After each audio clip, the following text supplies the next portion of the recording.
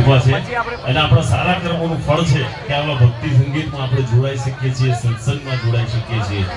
અને ખાસ કરીને મને અહીંયા બોલાવ્યા છે બદલ આભાર વ્યક્ત કરું છું. આપણે તહેવારોનો આપણા હિન્દુમાં કેવું હોય છે, તહેવારો વાર તહેવારો ઓલવેઝ આપણે ઉજવતા આવીએ છીએ. હવે સીધા ગણપતિ બાપા આવશે, ગણપતિ બાપા પછી પાછી નવરાત્રી આવશે. એટલે હમણાં જ બૈરાનો ફોન આવ્યો હતો, મને કે નવરાત્રી આવે છે તો શું આયોજન છે? આપણે પેલો કપલ ડ્રેસ નથી સીવડાવવાનો? મેં કીધું બોડી સીવડાવવાનું છે ને પાસ બાસ બધું લઈ આવ્યો, પણ તમે માનો આપણે કપલનું ડ્રેસનું માપ આપવા જવાનું છે, પણ સવારની કામમાં લાગી છું. મારા પગ દુખે છે ને કેડો દુખે છે ને માથું દુખે છે. મેં કીધું કામ કર, પાસ કેન્સલ કરી નાખો. મને કે ના પાસ કેન્સલ થોડી થાય, હમણાં અડધા કલાકમાં કામ કરી દઈશ. મેં કીધું વાંધો નહીં. પછી મેં તોય કીધું, મેં કીધું કે તોય તારે પાસ તો કેન્સલ કરાવવા પડશે નવરાત્રીના. મને કે કેમ? મેં કીધું અંબાલાલ, આપણે નોરતા કરવાની જવું પડે, નાવા જવું પડશે. એટલે મેં કીધું કે અંબાલાલની આગાહી છે બોડી કે નવરાત્રીમાં પલરવાનું છે. મને એટલું જોરથી બોલી કે તમે અંબાલાલ પર વિશ્વાસ ના રાખો, અંબે માં પર વિશ્વાસ રાખો. અનંત માં કરશે.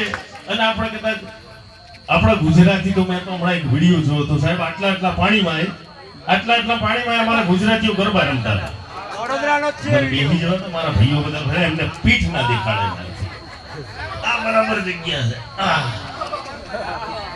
એટલે ગરબા ગુજરાતીના ફેવરેટ છે ને એમાં બરોડાનું તો કહેવાય ને કે ઘરેલું છે.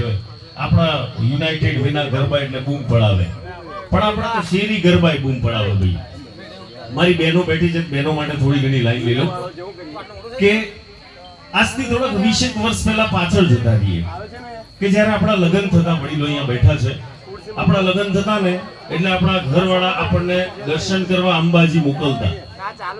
અંબાજી જવાનું, ત્યાં આગળ પેલો મોટો સિંહ વાઘ જેવો એના ઉપરથી કંકુ લેવાનું, કંકુ આખું વર્ષ ચાલે એટલી ડબ્બી ભરીને કંકુ લઈને આવવાનું, પાછું આવતા વર્ષે ફરી જવાનું અને ત્યાંથી લાલ પગડીને કંકુ લઈને આવવાનું.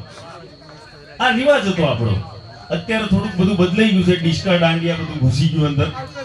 હવે તો અંબાજીએ નહીં જતા, કુળદેવીએ નહીં જતા, બસ પગે લાગે સીધા અમેરિકા 4% હનીમૂન.